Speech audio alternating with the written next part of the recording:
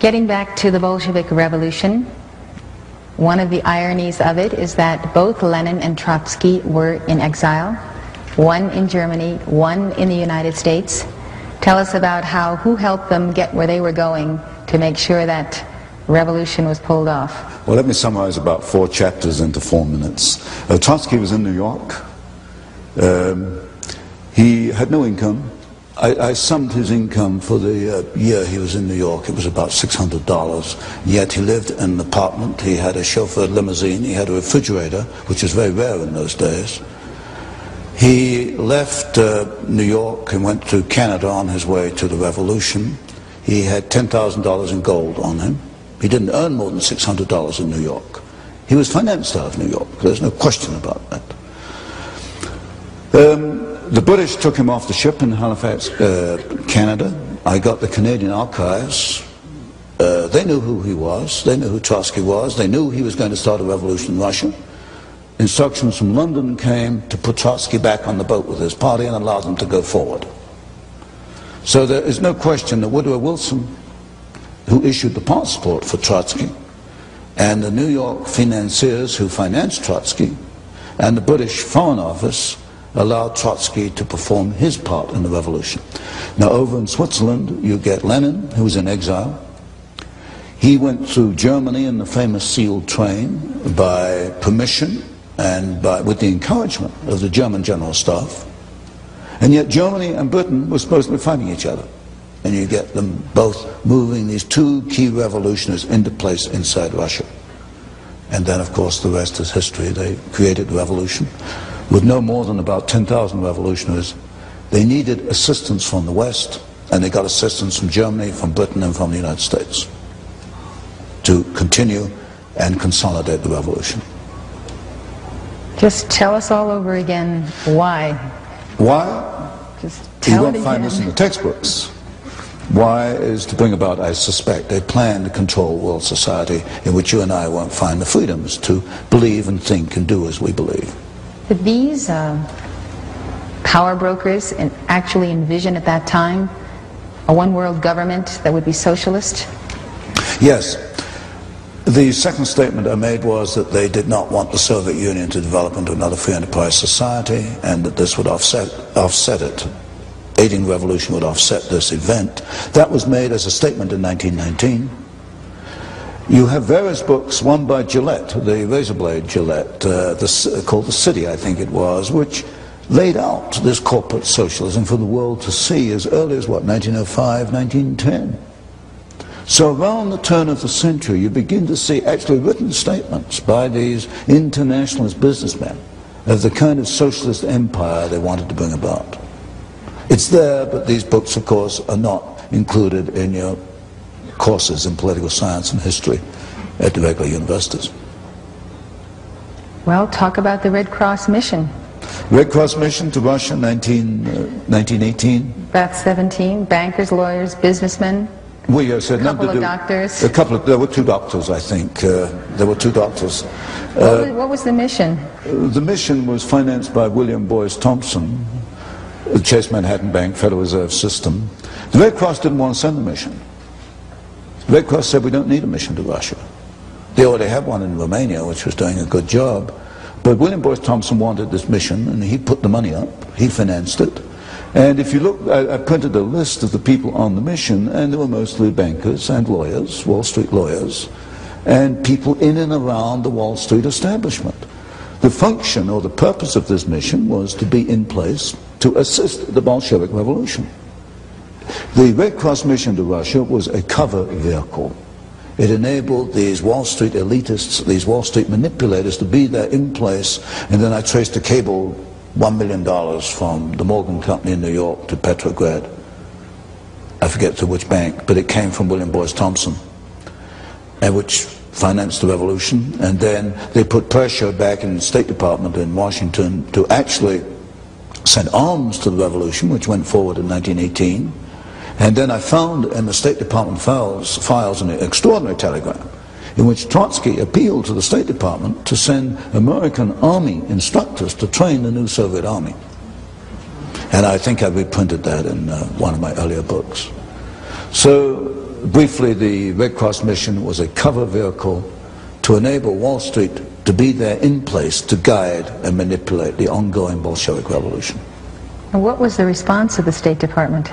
Oh yes, they were quite willing to send U.S. army instructors. Do you know how, to what I don't know if they extent? went forward. I know the arms, I know the rifles went forward. I didn't trace the response to the telegram, except it was approved within the State Department.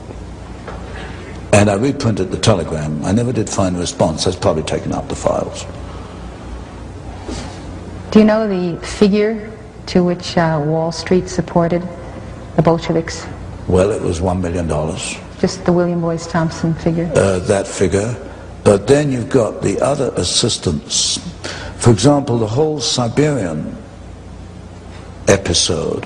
See, in 1918, the Bolsheviks really only controlled Moscow and what was then Petrograd, which is now Leningrad. They could not have beaten off the White Russians, the Czechs, who were in Russia at that time, the Japanese, who were anti-Bolshevik. They could not have beaten it off without assistance from the United States and from Britain. And the Siberian Railroad is critical because if you look at that map of Russia, you know, Moscow and Leningrad are stuck at the left end, and you've got that vast expanse of Russia, and the backbone is the Trans-Siberian Railroad. Now, the history books will tell you that American troops went in, they occupied the Trans-Siberian Railroad in order to prevent the Japanese from coming in. Well, this is absolute nonsense. I've never written the book. I hope to get around to it one day. I've got 2 big boxes of files on this. The purpose of the American army in Siberia was to hold the Trans-Siberian Railroad until the Bolsheviks were strong enough to take it over. And they did that very effectively. They held off the Japanese. They held them back near Manchuria. They evacuated the Czechs out along the Trans-Siberian Railroad. The French and the British gave up because they said the Americans are helping the Bolsheviks. They evacuated. And in one of these books I reprinted a little clipping from the New York Times of, I think, 1919. Finally the Bolsheviks got to Vladivostok, right at the far end of Siberia, near Japan, in which the local commissar addressed the American army and thanked them for aiding the revolution. And that was in the New York Times, and I reprinted it. Now this is totally contrary to everything you find in the textbooks. The textbooks say we went into Siberia to at least be neutral, and I suppose most people would assume we went in to stop the Bolsheviks. We didn't. We went in to help the Bolsheviks. There's no question about that. There's no question that they could not have consolidated their revolution without the capitalists. Absolutely none. Absolutely not. They had too many enemies. Not only outside enemies, the White Russians. The Ukrainians themselves were not particularly happy. All your ethnic groups in Russia were not particularly happy with the Bolsheviks. They could not have won without Western assistance. There is no question about that. Then they were starving. The factory, they couldn't operate the factories because the Bolsheviks shot all the managers and the technicians. Either that or they left Russia. The factories were closed down. Russia was starving. By 1922, Lenin himself said the end has come. They had no food. They had these closed down plants. The plants were not destroyed in the revolution. That's what the textbooks will tell you, including Kennan, the State Department expert. He says the Russian factories were destroyed in the revolution. They were not destroyed. Why? Because I've seen the photographs after the revolution, and they're right in the Hoover Institution Tower. There are these massive boxes of photographs of Russian industry after the revolution. They could not operate the plants. So what do we do with Averell Harriman and the Chase Bank and National Bank and our old friends on Wall Street? They go in there, and of course the Hoover mission to feed Russia. We go in there and we have these 250, 300 concessions in which American companies went into Russia, and they started up the idle plants. Averell Harriman took the manganese concessions, Arm & Hammer, Occidental Petroleum took the pencil factories and the asbestos plants. And all these top capitalists went in and they got Russia going on behalf of the Bolsheviks, because the Bolsheviks either shot or kicked out all the people who could run, all the Russians who could run the plants. Another point, that Tsarist industry was at a very high level. Your textbooks will tell you that Tsarist industry was backward. It wasn't until the Soviets came along that it began to make progress. This is absolute nonsense. The Soviets, the Russians in 1913 had 2 indigenous Russian vehicles, Russian automobiles. There has never been an indigenous Soviet automobile. They've all come from the West. The Tsarist Russians produced an airplane in 1916 with a wingspan longer than the 747.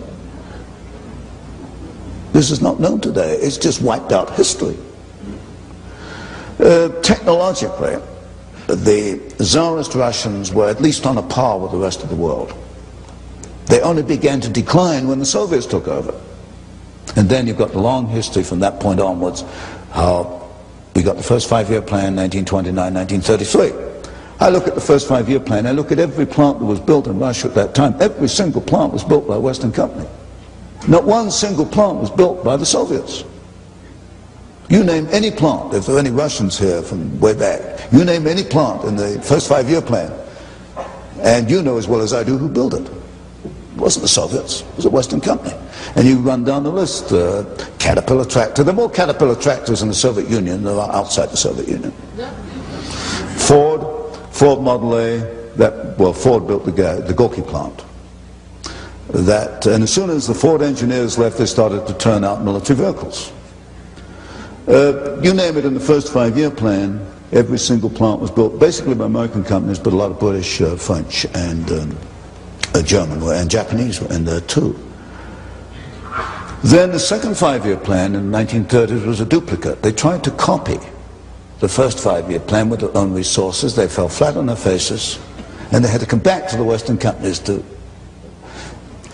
for assistance to duplicate the plans put in the first 5-year plan. And for example, I was in Douglas Aircraft Company. They let me into their files, and it was amazing the detailed assistance given by Douglas Aircraft. They bought one DC-3, and then they bought a DC-3 in sub-assembly and all kinds of duplicate spare parts to get the thing going. And then we've got that story, I don't know how much detail you want, which continues right up to today, July 1, 1987. And you mentioned, I think, this morning, the Toshiba and the Toshiba Japanese plant and the Norwegian company, a government-owned plant, which provided the milling machines which enabled now the Soviet submarines to be 10 times quieter than they were before, and that's going to cost us $4 billion so that we can offset what we have given them. And this stupidity has continued stupidity in my sense. From the viewpoint of a Wall Street capitalist, I guess it's smart business. This has continued for 60 years. And this supposedly by our allies, but this is not the people of Japan and Norway. No. This is again the internationalists. It's the internationalists. Toshiba represented on the Trilateral Commission founded by David Rockefeller in 1973. It's your top corporate elitists, your top corporate establishment attorneys, the top politicians. Senator Mansfield once said, you don't get along unless you go along.